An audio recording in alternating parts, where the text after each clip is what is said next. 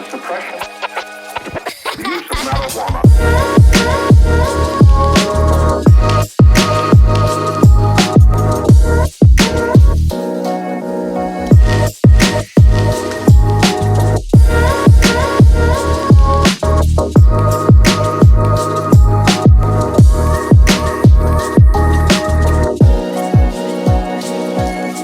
I feel like I'm always a little pretentious at the very least, if not very pretentious about books.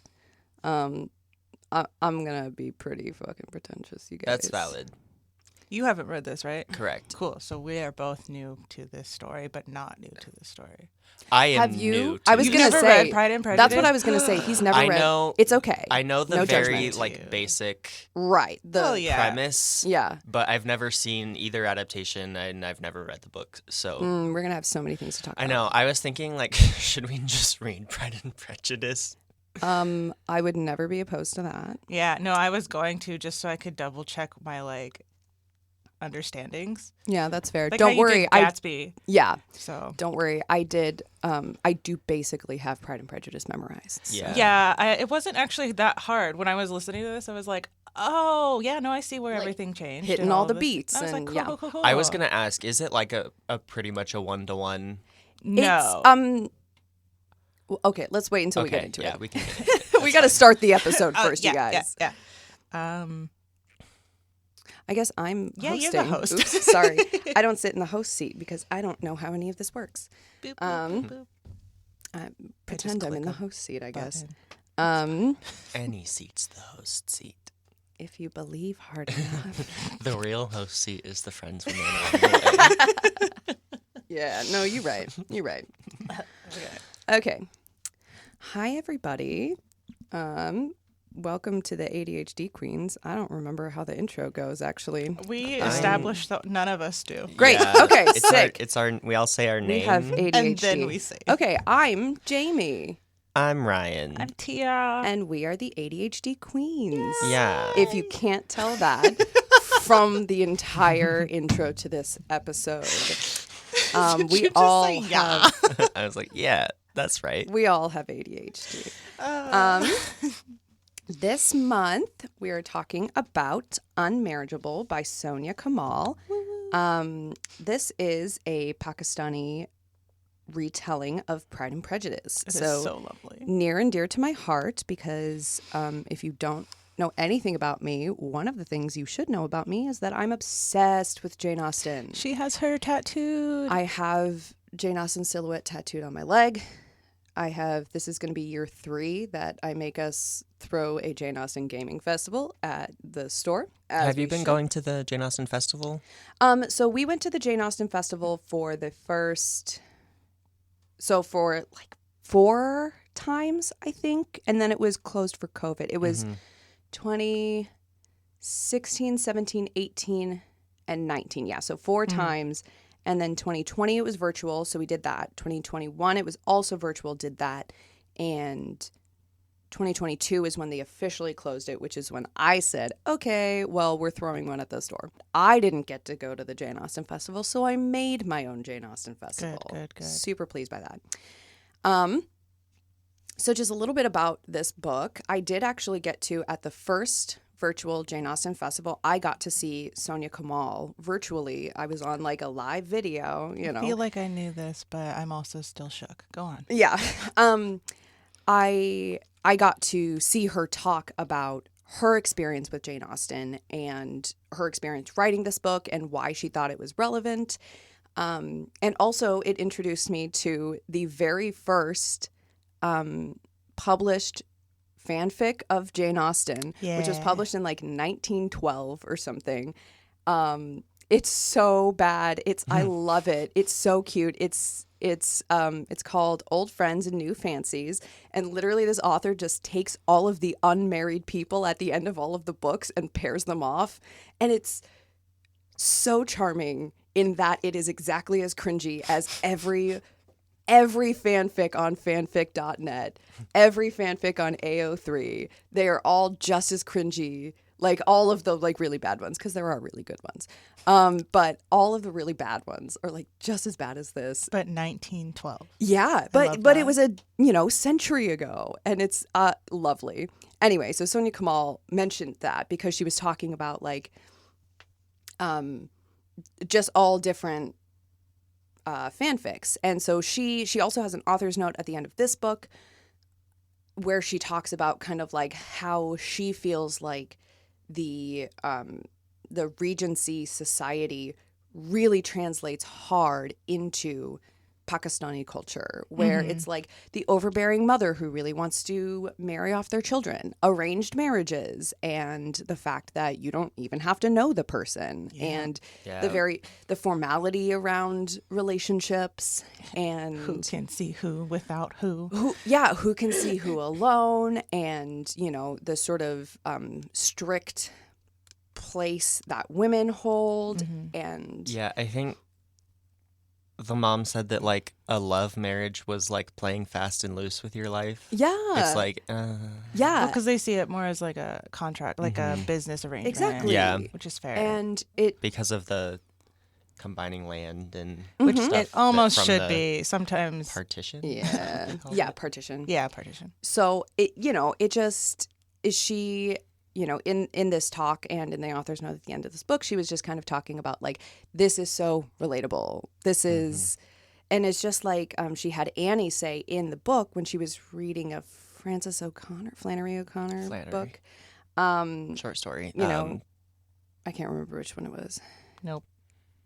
Not a detail. no. I No, picked up okay, on. that's okay. She says like O'Connor is what's the word I'm looking for? I don't know that I can find it.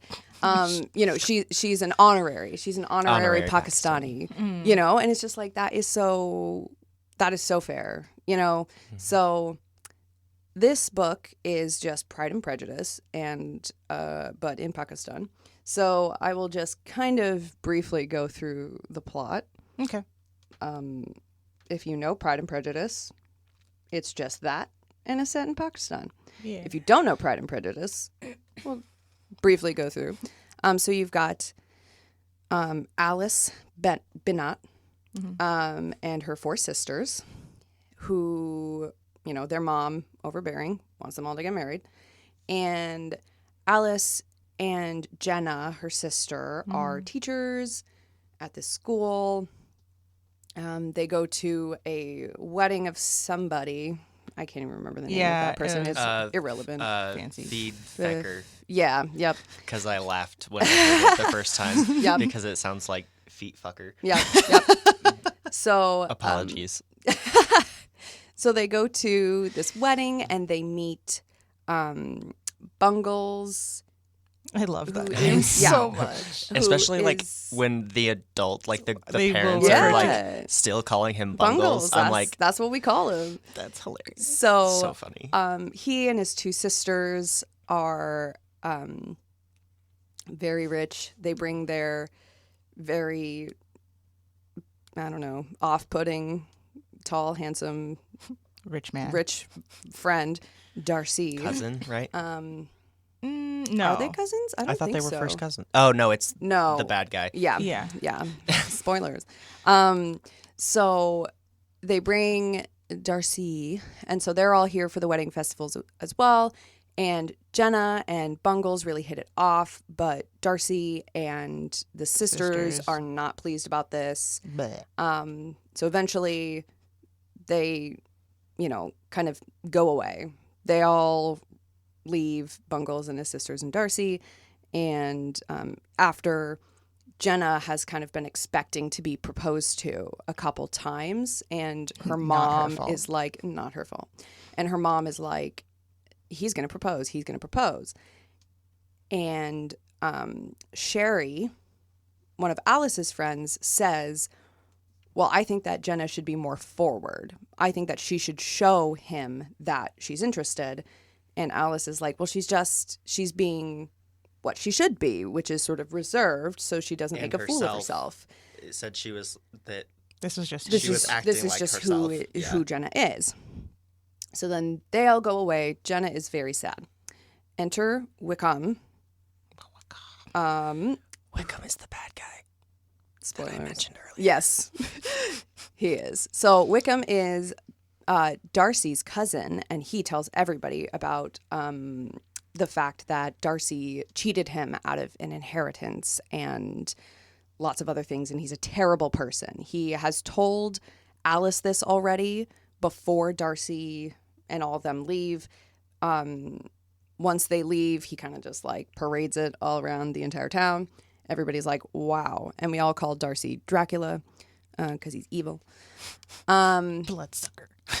Yeah. Bloodsucker. Enter, wow, I don't remember his character name. It's the Collins character. Colleen, yeah. Enter him, who is, he's like sort of tangentially related to the family.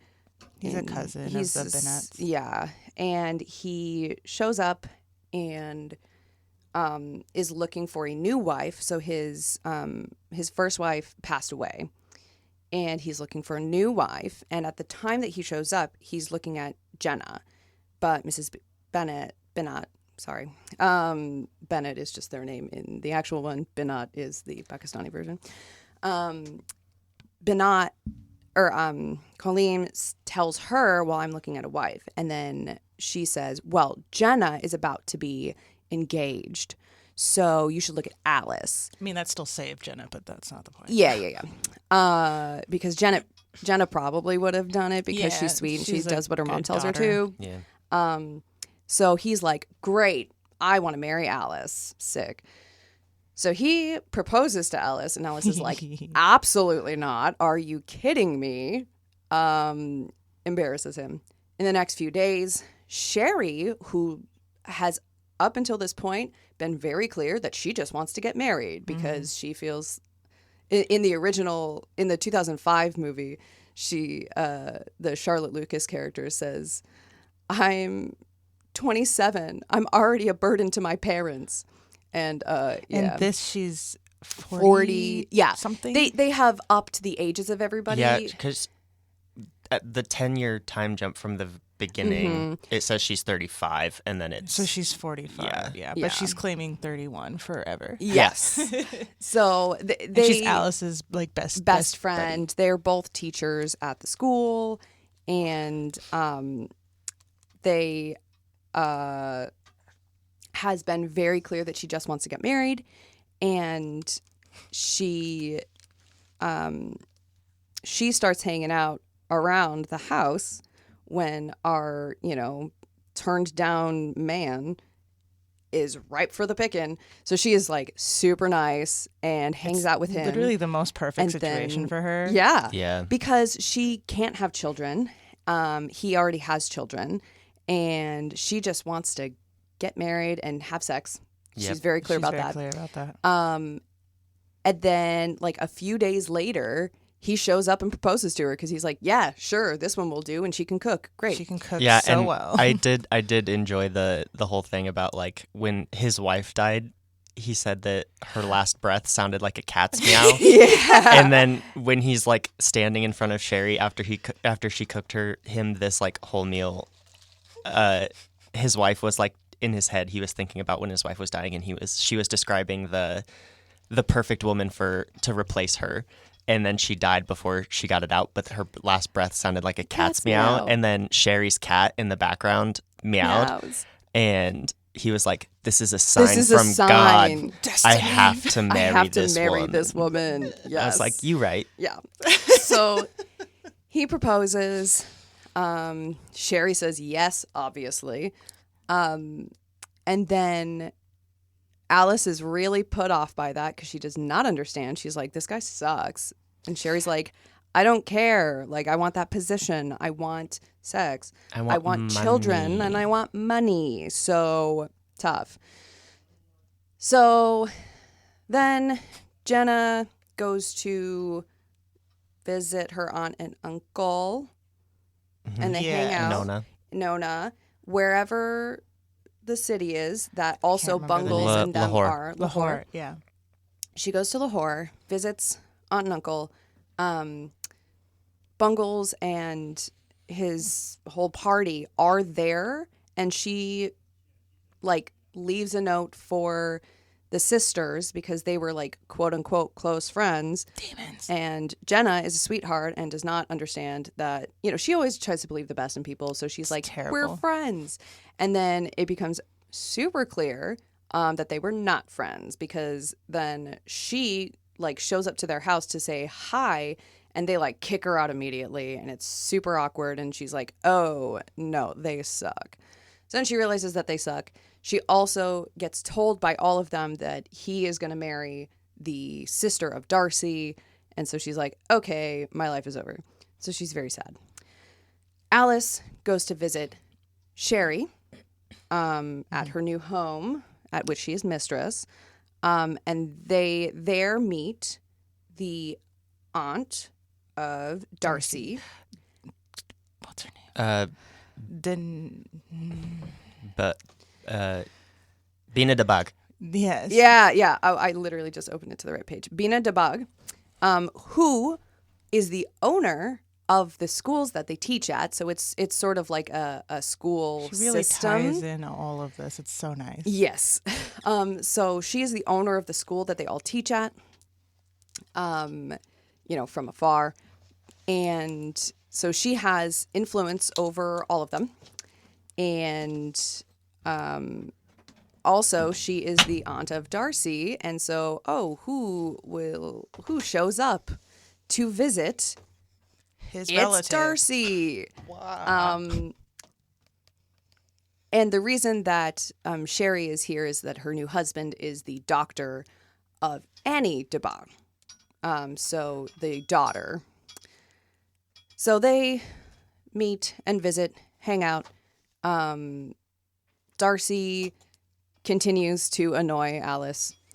And then Which Darcy drama. seems to be unaware of. Yeah, he has no clue. He thinks that they're having a great old time. And so she finds out from his friend. This is not a cousin in this one. In the book, it's his cousin that comes with them, but it's just a friend. His friend who has traveled with him. Is it Rogov? Rogov. Yeah. His friend who is gay representation, y'all. I know. I highlighted it and left a note in the Kindle version, and I said gay rights. Gay rights. Because it doesn't mention that he's gay, and then it's just, he says, like, My yada, yada, yada, boyfriend. my boyfriend. Yep. And I was like, wait a minute. Hell yeah. And so Hell I yeah. highlighted it and wrote Yep. gay rights. So he is just kind of chatting with Alice, and they're vaguely talking about Darcy, and he says, oh, well, you see, he is a really good friend. He just convinced his friend, Bungles, not to get involved with a woman from a terrible family, who Alice already, obviously knows is Jenna, and she is the family in question. So she gets very upset, does not go to dinner that night, and then Darcy appears at the house to check on her. Because he's worried. Because he loves her. And he proposes to her, and she's like, you have got to be kidding me. She's like really rude about it. He's like, how dare you be rude to me? And she says, how dare you ruin my sister's life? And she brings up the Wickham stuff and is like, well, you ruined Wickham's life. The drama. So he gets upset, leaves. Next morning he leaves. He comes back. They are leaving. Darcy is leaving. And so he comes, leaves a letter with her that explains everything. That says, this is why I did that with Bungles. I genuinely did not know that Jenna was interested. I thought that Jenna was just doing what your mom told her to do and seduce this rich guy. And also the Wickham stuff. Wickham, gosh, what actually... So I know what happens in the original book. Okay. I didn't really follow.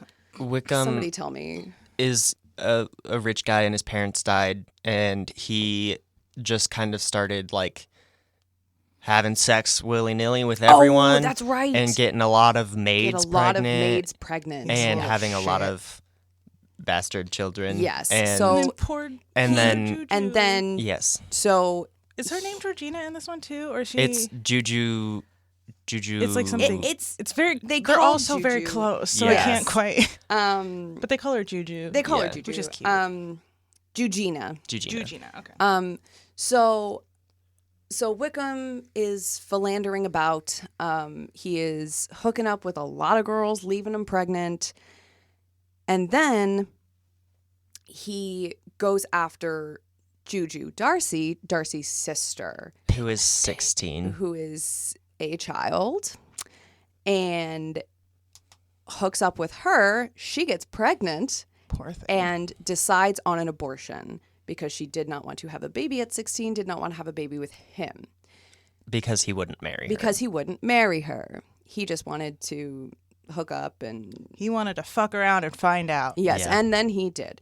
So he doesn't get money from Darcy. He doesn't get anything from him. They have a very quiet abortion. Bina the Bog and Darcy decide to use his inheritance to fund, Schools. more schools. Loved that. Yes, to fund Especially schools. for Yeah, because schools for his children. So that and any of his children can go to those schools for free. Yeah. So they use the money that he said was cheated from him to actually help out the situation he caused. But he's been bad-mouthing Darcy everywhere once Darcy leaves.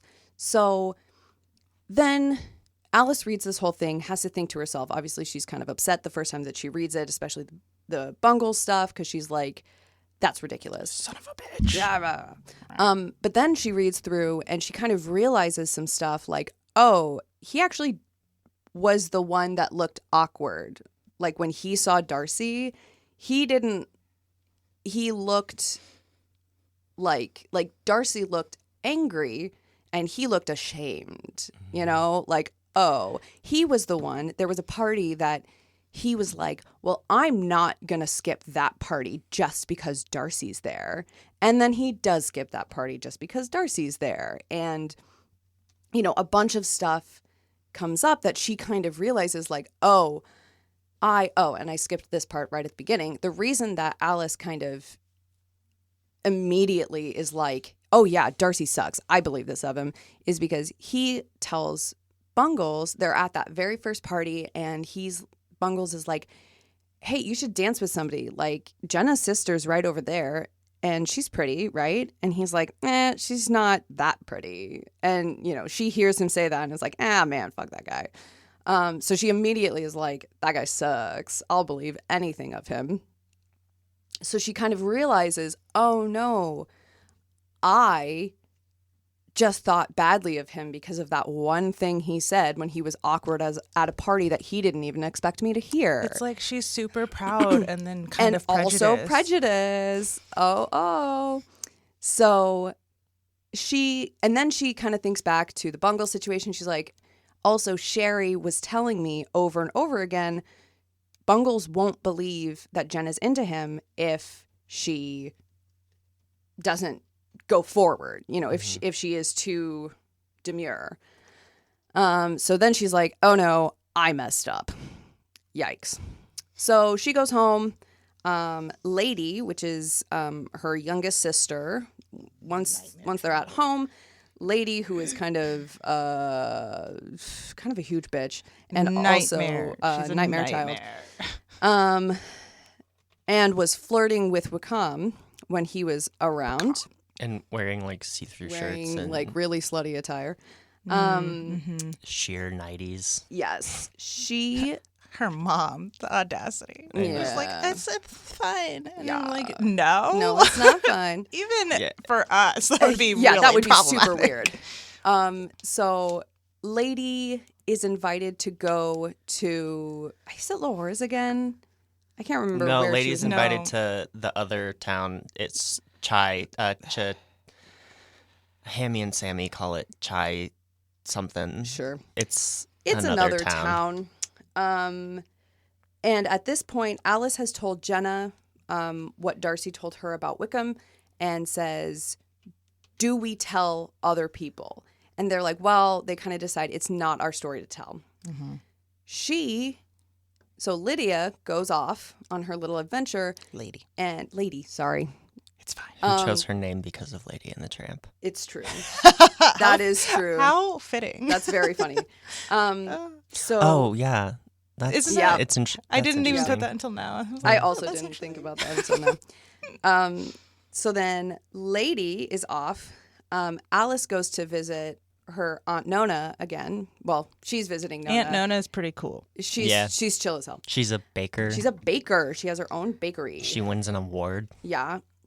That's So how they she- get back to Darcy again. I Yes. forgot. Okay, go on. So when she goes visits Nona, and she's just kind of helping out with the bakery stuff, and she goes to deliver this cake to a house that happens to be dun dun dun Darcy's house. Buckingham Palace. Buckingham Palace is what they So call it. funny. So she sees Juju and knows instantly because she's seen photos of Juju, and she's like, oh no, this is so awkward. So she's like chill. She's like trying to play it cool. And then she runs into Darcy, who obviously is like, okay, well, I actually do know you. So he, after disparaging her family, he is like super nice now. He is like, oh my God, hi, come in, come visit.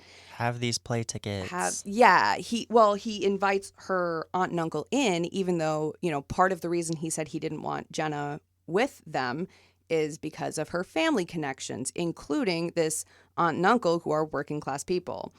And he now is like, invite them inside, and they're super nice. And then, there's a play that they couldn't get tickets to that they wanted, and he gets them tickets to this play, and they all see each other at the play. And it's like, ooh, this is so fun. We're turning a new leaf. And Alice is like, do I have feelings? Don't worry about it. And then Feelings. I was like, this is when I know she's down bad. Is she's sitting next to him at the play, and she says, I could smell his cologne. And I was like, she's honey. down bad. Oh, girl, you are smelling that cologne. So she's like, oh no, I have feelings for this guy now. And then she gets a call from Jenna, who's like, hey, Lady ran off with Wickham. Ugh. And we don't know where they are. So that is like pretty not great in culture to be living in sin. Yeah. So Also, Lady is 16. Lady is So gross. so young. So gross. So, and he is Not the not 16, the 16. Wickham. Yep. Yeah, the Wickham. Sorry. Being 16 is disgusting. I mean, actually, kind that's of. actually Sorry. not. That's I not redact that. untrue. So she runs home. She is with Darcy when she finds this out, and she just explains it. She's like, "Oh no, he's never going to want to be with me now because I have a weird Wickham connection. Life is lost, whatever." And then her dad goes to town to search for Lady, and Doesn't aunt and Wickham uncle- demand like a ridiculous ransom? $100,000. $100,000 because he kidnapped her. Yeah, basically.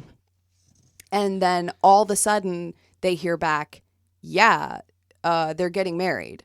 So they're like, oh no, Nona and I don't know, the uncle. He has a name probably, but Nona's a cool one. They're like, oh no, they must have given so much money. Mm-hmm. No, absolutely no way is he marrying her. For free.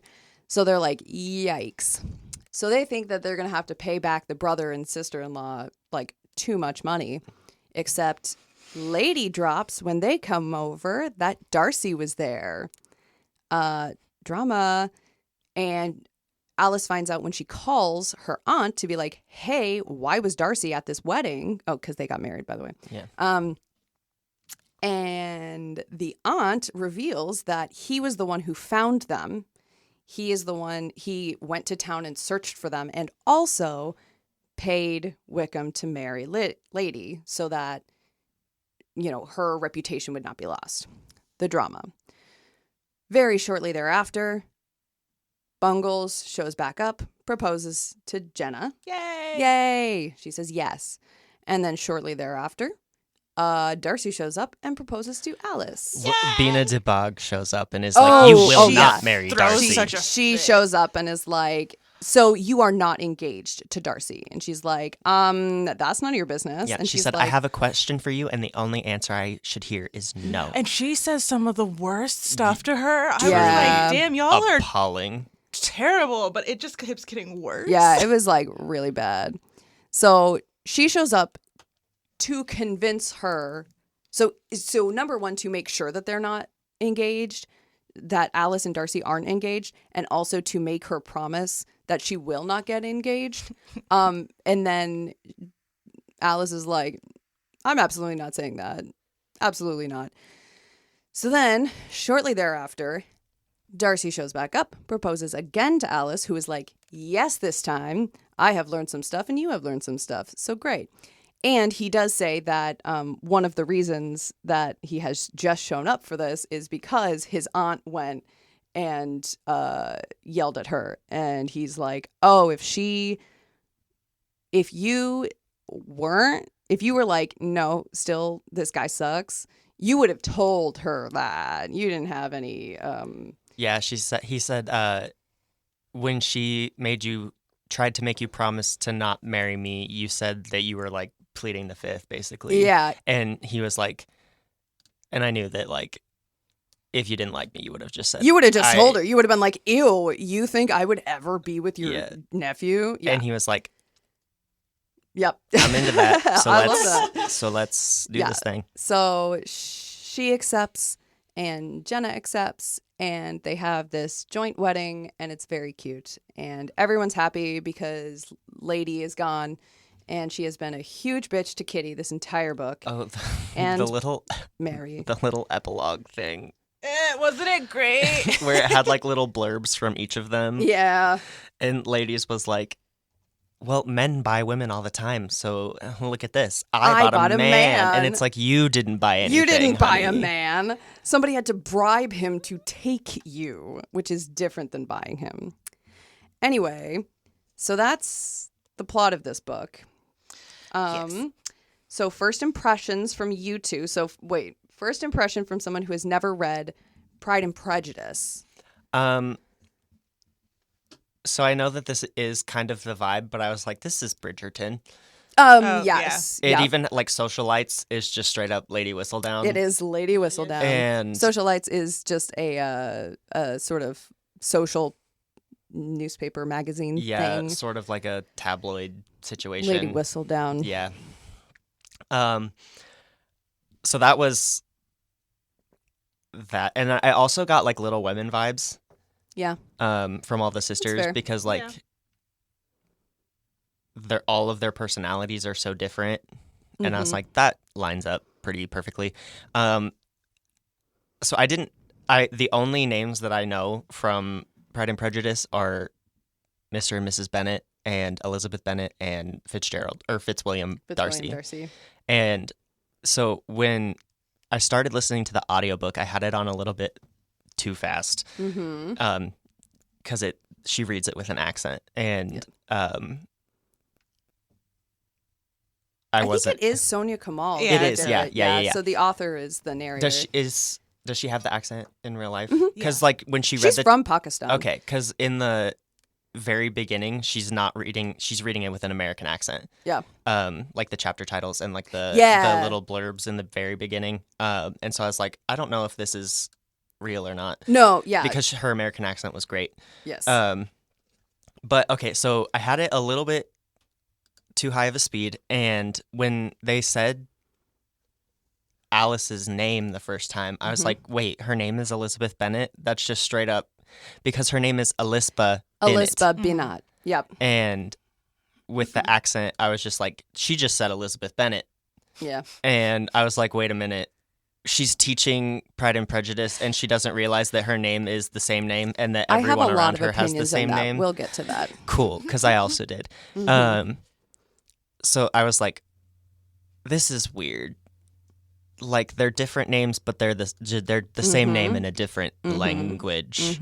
So that was interesting to me. I loved Alice and Sherry's whole situation. Yeah. They meet in a graveyard. Yeah, smoking cigarettes in a graveyard because they want to get away from their families, which, like, valid. Mood. I don't know. I didn't really have a ton of thoughts initially, like, because I knew it was an adaptation. So the whole time I was kind of just wondering, like, how accurate it was, or like if it was like a 1-to-1 adaptation, or if things were happening that weren't happening. So a lot of time I was like comparing in my head to something that I don't know about. Yeah, that's fair. Which did kind of take me out of it in the beginning. Actually, what really took me out of it was in the middle section, when there's no Darcy for so long. Yeah. And I'm like, man, I kind of want more Darcy, just because I knew in my head like where it ended. Yeah. So that is accurate to Pride and Prejudice. Yeah. Okay. There's huge chunks where Darcy is not interesting. And I they're just, actually like, felt like- talking about him. there. I felt like percentage-wise, this book had him more. yeah. Interesting. Only because the original is bigger Yeah. and we spend more time doing some other stuff. Yeah. Fair. Okay.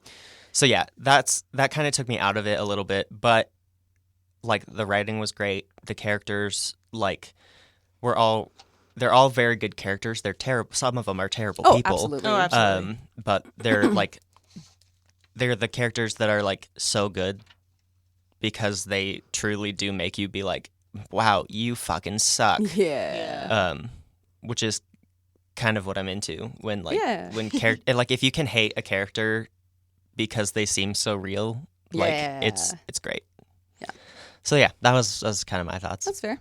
First impressions, Dia. I had to stop listening to it so that I could read the names and everything because I was like, they're so similar, but they're not. Yeah. And I was like, I love this because it reminded me of, so in Japanese language, there's 3 alphabets, and one is specifically for foreign words. So they just take foreign words that they don't have in Japanese, and then they say it, but Japaneseified. Right.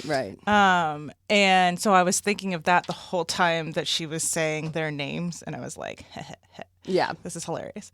But it was perfect because it's still like, it was true to who those characters were. Yeah. But it was like, obviously, this is a Pakistani version. Yeah. What's Jenna's name in? Jane. So the sisters are Jane, Elizabeth, Mary, Kitty, and Lydia. So, I mean, all of those are really close. Yeah. Even and- Kitty is Kitty. It's just with a Q instead of a K. yeah. It's very specifically done in that way. And I love that personally. Like, Darcy is Darcy. But it's just spelled the way that it would be spelled in the Pakistani language, which I think is Urdu.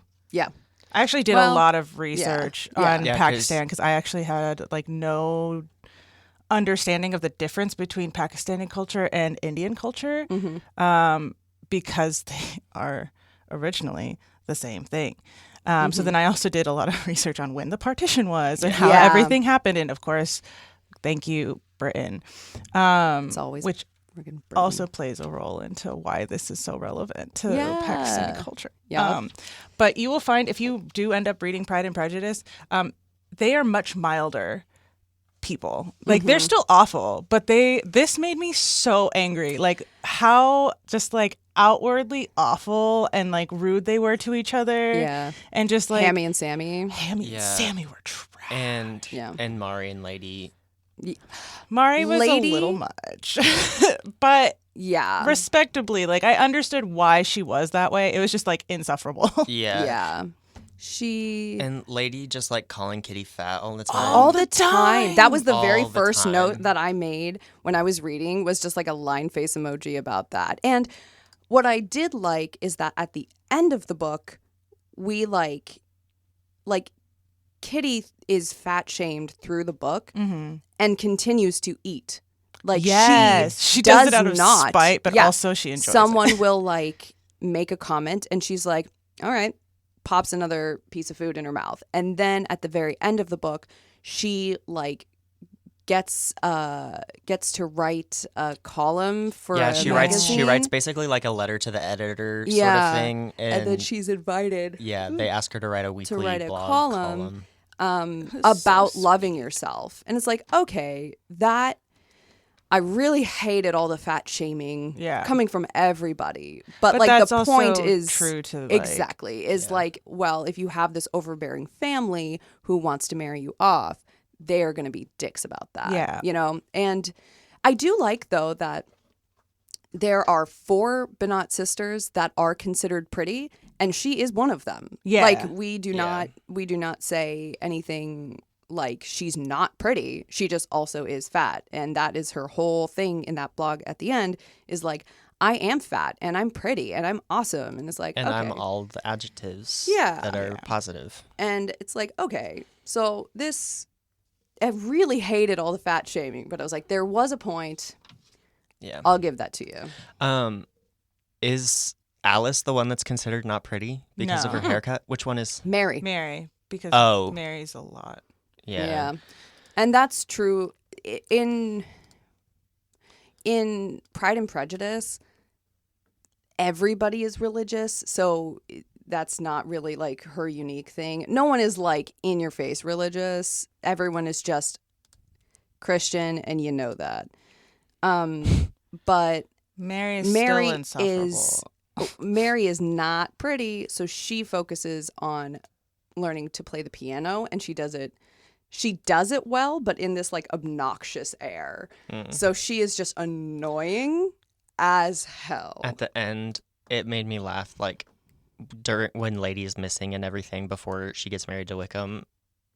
Mari is like, oh please God, if you fix this all for my family, I'll start wearing a burqa. Yep. And then at the end she does. She does. Yep, because Yeah. it got fixed. Yep. Thanks God.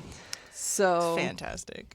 yeah, I honestly, when you were asking like if it's a 1-to-1, it's not, but it's almost. Okay. It's Yeah. like all of the beats are correct, and I am so pretentious about adaptations.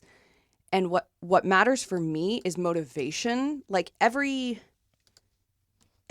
act, the motivation has to be the same as the original motivation for me. Because that's what's intriguing is like the motivations are all the same. The internal conflict is Yeah. what drives the external story. And even though like situationally things are different, like as long as the motivations of the characters are the same, I'm happy. And like my favorite, this made me so happy because I'm a big fucking nerd. Where'd we go here? Gotta get my little notes up. When she says, so Annie is talking about reading that O'Connor book, and Alice says, O'Connor, Austen, Alcott, Wharton, characters' emotions and situations are universally applicable across cultures, whether you're wearing an empire dress, shalwar kurta, or kimono. I was just like, that's perfect. That is exactly what I like in adaptations, is the fact that you can see Pakistani culture in Austen and vice versa, you know? I think that I loved that. And I my favorite character adaptation in this book is Sherry.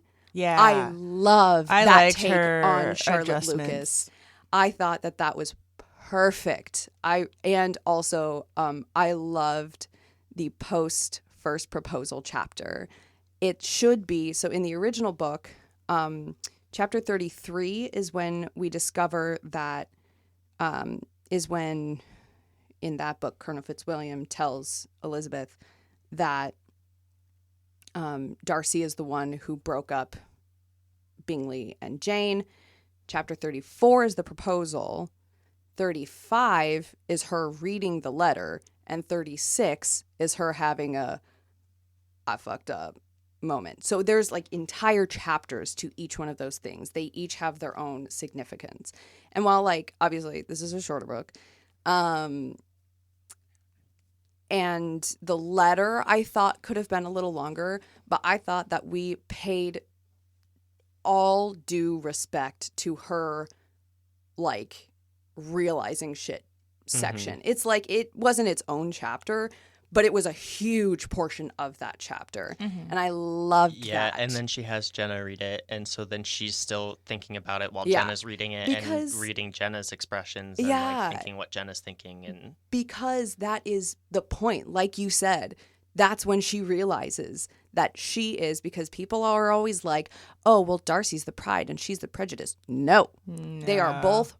She is Pride and Prejudice, and he is Pride and Prejudice. Yeah, I was like, how and did they have he to get not through see that because people don't have reading comprehension. also it does, like in this version anyway, it kept saying like how Darcy has so much hubris, and then she says about herself like, I had been prejudiced. So I was Yeah. like, I can see why people would be like, oh, he's one and she's the other. Yeah. But like also it's They kind of so clear. hand But in hand. Yeah. that's the thing. That is the thing that they both have to overcome. And a lot of people, if they just know about, if they haven't read the book Yeah. or seen the adaptations, because both the 1995 BBC miniseries and the 2005 one, I think do a good job.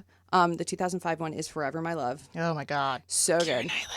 Keira Knightley, Matthew McFadden, excellent. So Is good. it Colin Firth in the Yes, 95 one? he is. Yeah. Is he Darcy? He is. Yeah. And see, what I really love, I love Matthew McFadden in that because I think he encompasses, and also, by the way, Colin Firth thinks he encompasses this perfectly. I am not wrong. Me and Colin Firth, same page.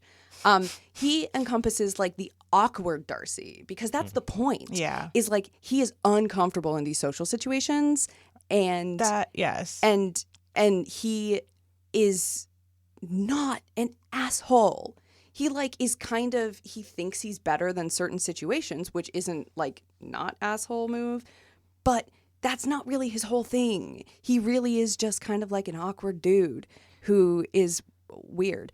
And Matthew McFadden gets that. You can like watch him be like awkward and just like and Colin Firth's Darcy kind of is aloof and just like a little too like reserved. You know, I feel like I can remember scenes in the Matthew McFadden one where Matthew McFadden is laughing and, you know, like has like this warm smile towards Elizabeth, because that's the thing. He loves her and he thinks she knows that. Yeah. That's the whole because thing. he thinks that he is expressing that well enough. And I was like, oh, even so though he Jane is not. is not expressing, but somehow you I are. know. So he thinks that he's being clear because he is like laughing at her jokes and whatever, but she thinks that he is just like, oh, witty, you got me. You know, like Yeah. she thinks he's being like, yeah. So I love, because you can see all aspects of Darcy and Matthew McFadden's, and also it's only 2 hours and you can sit down and not sit down for 14 hours in the 1995 one. Anyway, I love his face, Matthew McFadden. he's so good. I love that one. just I'm so curious to know if Yeah. if Sonia Kamal put this in there on purpose. When they go to one of the parties and they're dancing to Money, Money, Money by ABBA. Yeah. And Colin Firth is also in Mamma Mia. Yeah. Oh, And that's fair. So Maybe. I was like, I wonder if this is like It could have been, honestly. a little nod. nod to Colin Firth. That's fair. Yeah. So I will say it is a pretty faithful adaptation, honestly. There are Yeah. ones that I have done a lot of adaptations of Pride and Prejudice, and there are some that are like way looser. And you can kind of see like beat for beat, like I know which chapter the original happened in. I do basically have Pride and Prejudice memorized. So I like know exactly where we are. I think the beginning goes a lot quicker.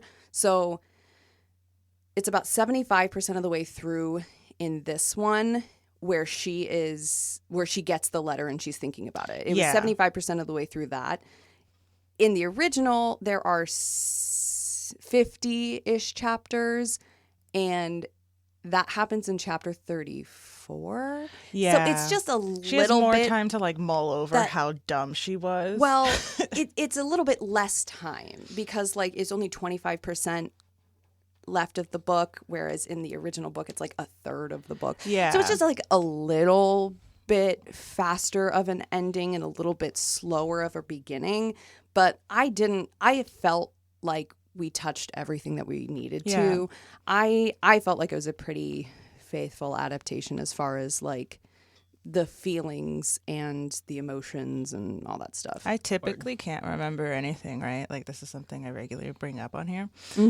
But when reading this one, because I felt like it was like not 100%, but very like spot on, I was able to remember the book and the movie as it was happening and be like, this is needed. And then I even was able to be like, wait, when is this going to happen? And so that pushed me to read further. I was like, there it is. This is their version and this is the version. So like Colleen, I was like, where is he? This needs to happen so I can get over it because I hate him so much. He sucks. And this one, he was annoying, but he wasn't the worst. Like I think it's the Keira Knightley one where I imagine him looking like this little dowdy, little shitty little man. Yeah, he was so good in it though. Yeah, he was. He was perfect. So bad. I love him. And when she reads the letter, or no, when she finds out about Lady and Wickham in the Keira Knightley one, she's like distraught. So she's not actually saying anything. She's just like walking back and forth crying. Yeah. And like she has a letter and she is just like so overwhelmed. She opens this letter. She's like, it's from Jane. And then she kind of like runs into the room to read it. And Darcy is just kind of like waiting with her aunt and uncle. Just like out in the just like, kind of hanging out. And then she comes out and goes, and then runs back into the room. And then they're all just like, what just happened? Okay, is something happening? It's like really funny. The best scene because it's just like no words and you understand that they're all just like sobbing and it's so awkward. They do that super well too. Because that is not exactly how it happens in the book, but like there are certain times when that does happen, where there's just like awkward silences, and that movie did a really good job with like all the really awkward moments that they needed to make. It's really good. You should watch it. It's actually a really fun time. And the ending is so sweet. I was like, you guys make me want to throw up. It's so nice. Oh gosh, it's a really good one. And I kind of got that from this too, like when Darcy and Alice finally like figure out that things are gonna work out. I'm like, oh, I want to die. This is great. Yeah, the one thing that I do not like about this book, and I do like this book, it's the fourth wall breaks. The meta shit. So here's the thing. If you wanted to have this in a universe with Jane Austen's existence, fine. Not Pride and Prejudice, though. Especially if, let's say, theoretically, you do have Pride and Prejudice in this universe, you cannot have a Binot family with daughters whose names are basically the same. Elizabeth, Jane, Mary, Kitty, and Lydia, whose friend is basically Charlotte. Lucas, and we meet a Bingley and a Darcy. And, oh my God, Charlotte, when they're all walking around, and it was super weird too because in that scene, when they're at the party and they're talking about like literature, and she's like, oh, I wonder who here is a Daisy Buchanan and a Myrtle Wilson. It's like, oh no, I just read Great Gatsby. Literally, I had just put down The Great Gatsby to pick this book up. And I was like, I was like, this. Stop it. Yeah, I hated when they specifically pointed out, they're like, oh, you'd be Elizabeth. And she's like, no, I wouldn't. I was like, you are literally her. And Please then don't. They're like, and then they're talking about like,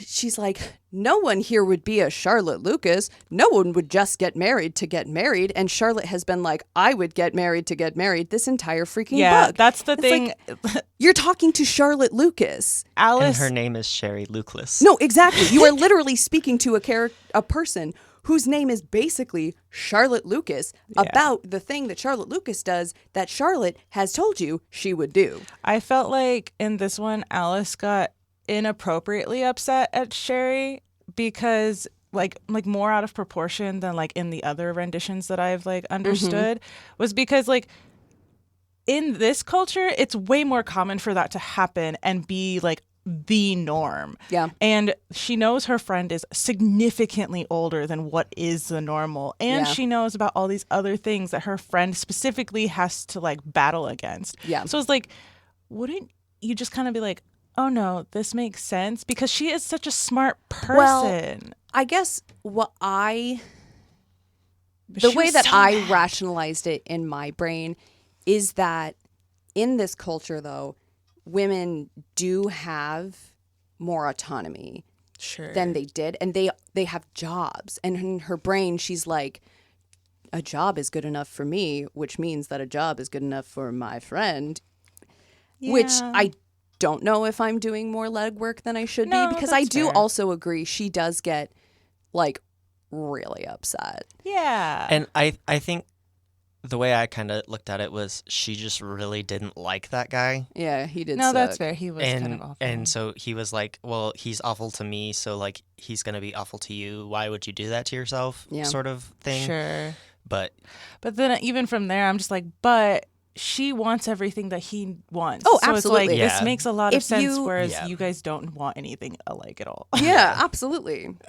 and Sherry gets to sleep in her own bed. And she gets to sleep in her own bed. And she gets to have sex whenever he wants, I guess. Yeah, Yeah. which is more than she was having before. Exactly. So she's and like, so yeah, she's like, sure. yeah, so he calls me, I go in there, then I go And back I go to my back to own my own private bed. space. And then I get to cook whenever I want, and he enjoys it and gets fat. Yeah. Yeah. That's actually really cute to me. It's like, oh, he really shows he loves her food. Yeah. Perfect. No, I don't know. I really did love this though. I looked up all of the clothing items mentioned because I had to. They're all super ornate and super beautiful, and they all have like either really wide skirts or really wide leg pants. Oh, And I was just like, I love dude, that. if they made this into a movie, it would be gorgeous. I would watch the hell out of that movie. Yeah. I was like, even just the wedding scenes. Yeah. I'd be like, I'm fine. I also liked that they contrasted all of those super fancy clothing pieces with Alice's t-shirts that Yeah. Kitty makes her that just say like not your average auntie. Yes, I was And- like, that's perfect. I love that. Yeah. And like leggings. She's Yeah, just like chilling. leggings. Yeah. Yeah. I had to look up what everything was, but like specifically when they mentioned the dupata, because I was like, is that what a bra? Like what? Right. And it's just like a little like shawl scarfy gotcha. guy that I guess they wear even when they work out. And she was like, why would I wear that? I Yeah. was like, that seems really cumbersome. Like I can't. Yeah. No, thank you. I also looked up what the different ceremonies were. Oh yeah, because I was really that was curious. super interesting. So if you don't know, I the don't. Mendi is like a pre-wedding party. It's like an engagement party, is what I gathered. And then the Nika is the actual like I do ceremony, and then the Walima is like the reception. But they're like 3 separate days Yeah. of partying. And it all kind of made me wonder because they talked about like hennaing their hands That's and, at the and feet. pre-wedding Yeah. party. Yeah. Yeah. And so I was thinking about Freshta. Yeah. Our friend Sana's older sister, Freshta, Oh, is sure. also our friend. I guess that was a weird way to say that. We're this kind of friends. Yeah. Freshta was actually born in Pakistan, but the rest of their family is What? from Afghanistan. She was born in Pakistan? Mm-hmm. I didn't know that. Mm-hmm. Yeah, Sana told us that when we were in Seattle. Getting your coffee bean tattoos. Yep. Nice. So anyway, so I was like kind of trying to reconcile like these things with like the events that I know that the Ibrahims and the Nashers kind of did for Freshta's wedding. Oh, And- sure. Was her wedding sort of Pakistani or was it more Afghan? I think it was more Afghan, but But there's like some. there's some crossover. Like Right. the attire is Yeah. pretty similar, and like the henna on their hands. Yeah. Are and- they Muslim?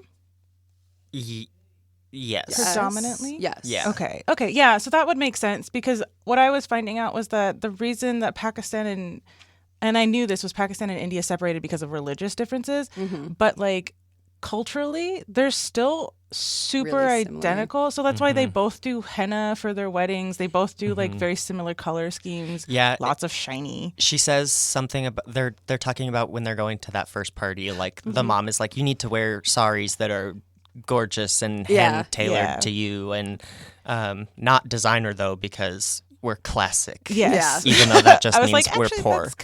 That's fair. And And Mari makes Mari the point is of being the one, like, those are Hindu, and Alice is Yeah. like, no, that's not even remotely true. Yeah.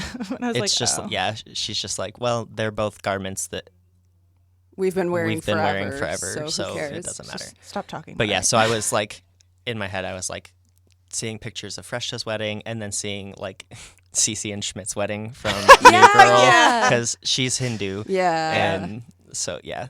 big ornate things. Is Yeah, all and it the is. And the so, synchronized so dancing gorgeous. in the weddings and everything. I like, hated Yeah. that. I didn't know that the bride couldn't dance at her own wedding. I was yeah, like, Yeah. that sucks. if I And then had is it this, Lady I would who definitely jumps up jump and in. tries to- Of course, Yeah. Lady. Yeah. did. At I my couldn't friend, stand Lady. my friend just got married in September, and her husband is, I think he was born in the U.S., but his entire family's from Jordan. Oh, sure. Like his parents definitely came from Jordan. I don't know if he was born there and then they moved here, Is but this Rachel? mhm. Okay. And we're in America, so she America. did get to dance with them. But yeah, they had this whole. It was like 20 minutes of like synchronized dancing from all of them. It was super fun. What I've learned is just find a cultural wedding and see if they'll let you in because they have great food. They all have a great time. Yeah. There's tons of dancing. I know. And they say, like, straight up, what's one more person when there's Yeah, Yeah. Hundreds of invite people hundreds invited. of people. And they we had at the bachelorette weekend thing that we did last April, one of the girls was like, hey, so there's gonna be like a whole synchronized dance thing, what do the white people do? try to stay And in she rhythm. was like, so you can join, they will let you, or you can just sit and watch because you will not know what's happening. And we were like, great. Cool, So we all just sat and cool. watched. I love that. Okay, I just want to go through. I highlighted a few quotes that I just think are very funny. I love this. The first one, not very funny, but like it in context, it was funny because she's arguing with Wickham when he is like, or no, it's Bina Debag. She says like teacher salaries should be more. Yes. And Bina Debag is like, well, everyone's worried about their own skin. And Alice says, yes, everyone does perhaps think of their own coffers and comforts, but some people deserve and others simply hoard and exploit. And I was like, I was like, snaps to you because that's Snaps. hell yeah, because she's saying that to a super rich lady. Yes. Loved it. That's what I love about the Alyssa Elizabeth character, Alice. Sorry. Yeah. Is just she's always so witty. And Yeah. I'm just like, That is the thing also about Pride and Prejudice is like people think it's very boring. It is genuinely funny. Like I read it out loud to my ex and he was like, when he was trying to read it, he was like stone faced. And then I was like, I'm going to read it to you. He literally cackled. He Yeah. laughed out loud because Jane Austen is so genuinely funny. And like, if you don't have the understanding of how it's written, like you don't read Exactly. it in the right cadence, and so it just doesn't it doesn't hit as. And I will say, PSA for everybody, she wrote the books to be read aloud to her family for fun. The books were meant to be read aloud. Listen to an audiobook. Go find the Elizabeth Klett, Klett. That is my favorite. I listen to that before bed sometimes. It's in my rotation of things that I listen to. I was gonna say like and I almost love her. every night. Not almost every. I switched to Cabin Pressure recently. That's right. I will be back to Pride and Prejudice. Don't you worry. But she is excellent, and you will fall in love with Pride and Prejudice. Probably. No judgment if you don't. Please continue Okay. reading your quotes. The next one, I literally had to like rewind to make sure I heard it correctly because I was like, this does not make any sense. Alice went to the living room, wrapped herself in a quilt, and switched on one of her favorite films, The Terminator. Yeah. I was like, huh? I don't know, man. Sometimes you love the Terminator. I guess. I don't know. Doesn't what to Darcy tell be you. like, Darcy is like, is this your first time? Yeah, is this your first time watching it? And then he says the sequel's better than the first. Yeah. And they have a little thing about it. And then like 2 seconds after that, he's like, "Will you marry me?" And I wrote, "I'm sorry." Because The Terminator's what sealed the deal. he's like, oh no, she loves the Terminator. I have to marry her. She's also really mean to me. It's his thing. Yeah. Respect. No kink shaming here. We don't kink shame. don't bully me, Helga.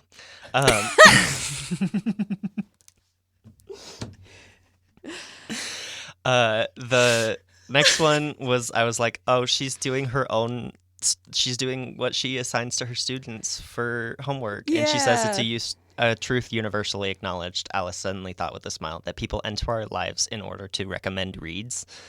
Truth. And I was like, yeah, That's a truth. that's true. Guys.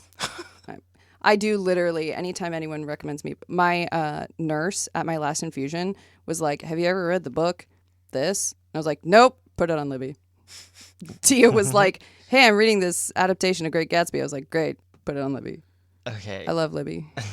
The next Support your one local libraries. was Alice could smell his cologne. And I was Yeah, like, oh, of course. she's down bad. She down. Then, no need to wonder, Darcy said, since I've come to the conclusion that Elizabeth Bennet is one of the most good-looking women, if not the most good-looking women I have ever set eyes on. And he says that to Hammy and Sammy. And I was like, take that, you bitches. That is from the original, too. Hell yeah. They're like sassing her. And he gets so mad, and he literally says like, They're like, oh, she's not even that good looking. yeah, and he's like, Well, and they're reminding him that he said that she wasn't very good looking, and he's like, that's when I first met her, but now I'm like, she's bam slamming bootylicious more than you guys. Suck it. Direct quote from Jane Austen. This is when Lady is planning her honeymoon. Mm-hmm. She'd been dying to go to Disneyland, and now they would go there for their honeymoon.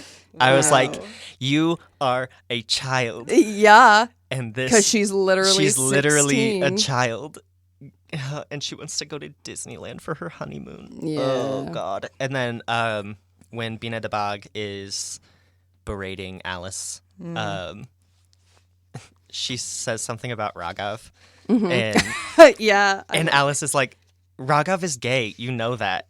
And Bina de Bag says, nothing a nice girl can't fix, except you are not a nice girl. Got him. What are you saying? Like, a nice girl can straighten gay men out, but you couldn't. What? then why are you questioning if I'm trying to steal it? What is happening? Yeah. And then the last one that I have, Mrs. Binet kissed Alice on her forehead and proclaimed she'd always known her in her mother's heart that God would not abandon her strange, naive frump of a daughter, and that Alice would be able to grab it. And look, she'd grabbed a prize. Yeah. I was like, wow, we'd just stay reading books where the mom is Yeah. Like, bitch. insufferable. Yeah. I had The last written one, down, she called her a cactus. This one, she's a frump. Yeah. I wrote down one quote right from the end. Well, I wrote down the other quote, but we already talked about that one. But I wrote a quote from the very end. After Alice has accepted Darcy's proposal, and she says, "Clearly you are not poor. A nice bonus for me." I'm joking. I thought that was so funny. I loved the little ending excerpts. I think it rounded everything off really nicely. Yeah. I kind of wish that's something that I wished happened with the Pride and Prejudice books because just because I was like, I want to know more. We kind of do know a little bit about like where everybody is, but we don't go like too in depth. We're just kind of like, Kitty is not allowed to go visit Lydia for obvious reasons. She goes and hangs out with Jane instead because obvious. Jane is a really good role model for everyone. Jane is a great role model. When I was reading those excerpts at the end, I was picturing, in Legally Blonde, when it freeze frames on the character and then it tells you their little blurb at the bottom. Yeah. That's what I was doing in my head. You just imagine like Wickham like really distressed and not happy at all. Yeah, and like instead of like reading it, it's like it freeze frames on them and then it's the narrators, and so then it was Lady and Wickham like bickering back and forth. Yeah. Hilarity. Speaking of Legally Blonde, I just saw this video that was like this guy was like wearing a Harvard t-shirt, and he was like, my wardrobe is basically exclusively Harvard clothing now because it makes Harvard men talk to me, and they don't like that because they will come up and say to me, hey, did you go to Harvard? And I'm like, what? And they're like, Harvard, did you go to Harvard? Oh, no, I only know about it because of Legally Blonde. And they don't want to talk to me about it anymore. That's like Wickham. He went to a college in Yeah, America. he walked around a college. And then made it his personality and said he got a law degree. Yeah. That was the best part. I love that adaptation. Yeah. I was like, oh, so he's even worse. Yep. And I like when she says it straight to his face. Like, Yep. he says, what's the hardest he says like, oh, I'm not working in the law anymore because it was too like it was too much hard work and I found it boring. And she was like, oh, what was the hardest part? Walking across the campus? Yeah. And I was like, Got yeah. him. There was several times where I literally snapped. Yeah. Literally was like, yes. Yes. Yeah. It's, I really did enjoy this book. Like I said, super pretentious about adaptations in general. And there are adaptations I've seen. Like, I watched Pride and Prejudice, which is a Bollywood version, and it's totally crazy because it's Bollywood. Yeah. But, like, I actually really enjoyed that adaptation because motivations. That's what I care about. And I've read versions that hit the marks, but everyone's motivations are totally wrong and gross, and the characters are bad, and those are bad. So it's like, this is kind of the best of both worlds because it does kind of hit all of the points that you need to have, and all of the characters are really good. Yeah. Like translations into modern society. I love If you ever read Pride and Prejudice, Ryan, just hit me up. I've got so many thoughts. Word. Whose month is next? Mine. What book are we doing? I wrote it down. Okay. Great. So, It's a book.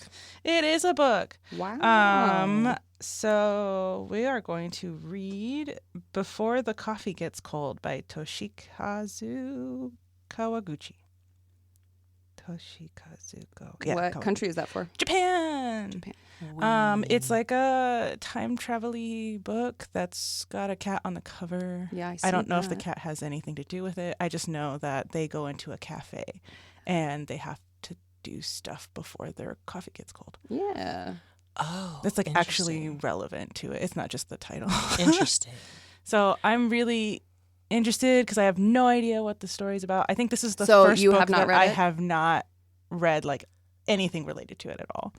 So is this the first book that none of us have read anything? Yes, that's what I meant because I Yeah. hadn't read The Bear and the Nightingale. Yes. Yeah. So all three of us, I believe, have not read this book. So this will be a Cool. new one.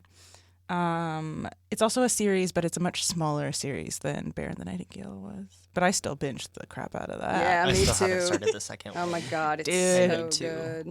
I have it on audio. I was so frustrated when it ended. I was like, wait, this is only 3 books. Like, Yeah. they're it's so long good. books, but I was like, I need to know what happens. Why does she visit her family I again? love Asia's. What's happening? No spoilers. There's just so much. There's so much family. There's so Yeah. much family I could be referring to. That's valid. So yeah, this one's a smaller little doodad, but hopefully it's fun and entertaining. And it will be released on the 26th, March 26th. March 26th. Great. Doo-doo. That is 20 days after my birthday. Yes, it is. Oh, by the way, happy birthday, Jaimie. Oh yeah. Oh yeah. When comes out when on you're her hearing birthday. this, it will be my birthday. Woo. 32. Yay. Woohoo. Ooh, hey, we will be as old as Alice. Older. Older? She's 31. Oh, Okay, I will so be becoming I am Alice. currently, well, not when you're listening to this, but when we're recording this, I am the age of Alice. And then when you're listening to it, none of us will be the age of Alice. And then 1 week later, Tia will be the age of Alice. And Ryan is a baby. Yeah. Yeah, I we'll will get to say, Ryan. How old are it's the other sisters? Ryan's fault that I truly understood Mr. Darcy. Did I tell you this, Ryan? Oh What? yeah, I remember this. So there was one night, how old am I? So this must have been 3 years ago, that we were at Highway Diner with you and a bunch of your friends. little And it was babies. like midnight or 1 a.m. This was pre-COVID. Yeah. 27, 28. And y'all were like 20, 21, 22. And I was so tired. And I was like, I need to go to sleep right now. And that's when I realized, because in Pride and Prejudice, Darcy is 28 and Bingley and his siblings he is 22. Yeah. And Jane is 21 and his sister is 19. And Darcy is like, what if we didn't have a party and instead I went to bed? And I was like, we were sitting there and I was like, oh my God, I have never understood Mr. Darcy until this moment. I remember then- this because we talked about it. Yeah. When I read Pride and Prejudice, I was like, dude, I get it. I get it. I do. Like, because Darcy, you don't really think about that because they don't say out loud, Bingley is 22 and his best friend is 28 years old. Yeah. But then when you are 28 and you were hanging out with a bunch of 20-year-olds, you're like, no, I understand it. And because I very shortly thereafter was like listening to Pride and Prejudice, and I was like, oh, no, I get it. If everyone was like, let's throw another party in my house, I would be like, You're cleaning it, right? I'm going to go to bed now, actually. That's fair. That's kind of how I am now. Yeah, I'm no, because you are 25 now. getting and there. Welcome Yep. to the post-25 age. Yeah. Yeah. And then I have 20-year-olds my are cousins like, who are God. 22, and I'm like, man, y'all are still going to the bars? No, exactly. What? No, 100%. No. No. I meant to tell you. So last night, at work, I had this realization. Sam helped me realize that you're Wally, and I'm the little tiny robot that follows Wally around to clean everything behind him. That's fair. I was like, "What's his name?" He's Mo. So I Yeah. am Mo, and we just like awkwardly just interact, and you're like, "Whatever, I'm gonna do." And then I was like, "Perfect." I'm probably the big guy just chilling in his chair who does nothing all the time. Cheers. I immediately, nothing on you at all, but I immediately thought of the like one with the big arms that just keeps doing this and flailing around and beating everyone up. Well, also that. Either one. I haven't watched that movie or I might even just be the garbage. That everyone's picking up. Yeah, that Wally crushes into cubes. Yeah. That's fair. Jaimie's just forming you into like a different version of yourself. Here is another book recommendation. Book recommendation. It's a truth universally acknowledged. Yeah. No, that's fair. Okay. Cyclical storytelling. We did it. Anyway, Okay, so yeah, March 26th or whatever. yeah, We're this gonna is be probably the reading- longest exit we've ever done. That's fine. Yeah. Okay. Bye. See you next time. See you next time. Yeah. See you next time. The suppression, the use of marijuana.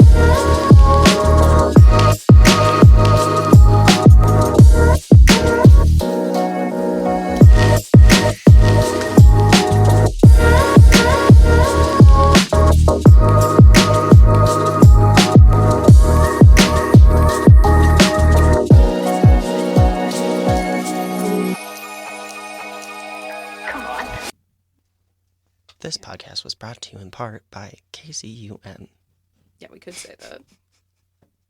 Please tell me you recorded that. 89.3 FM KCUM. Perfect.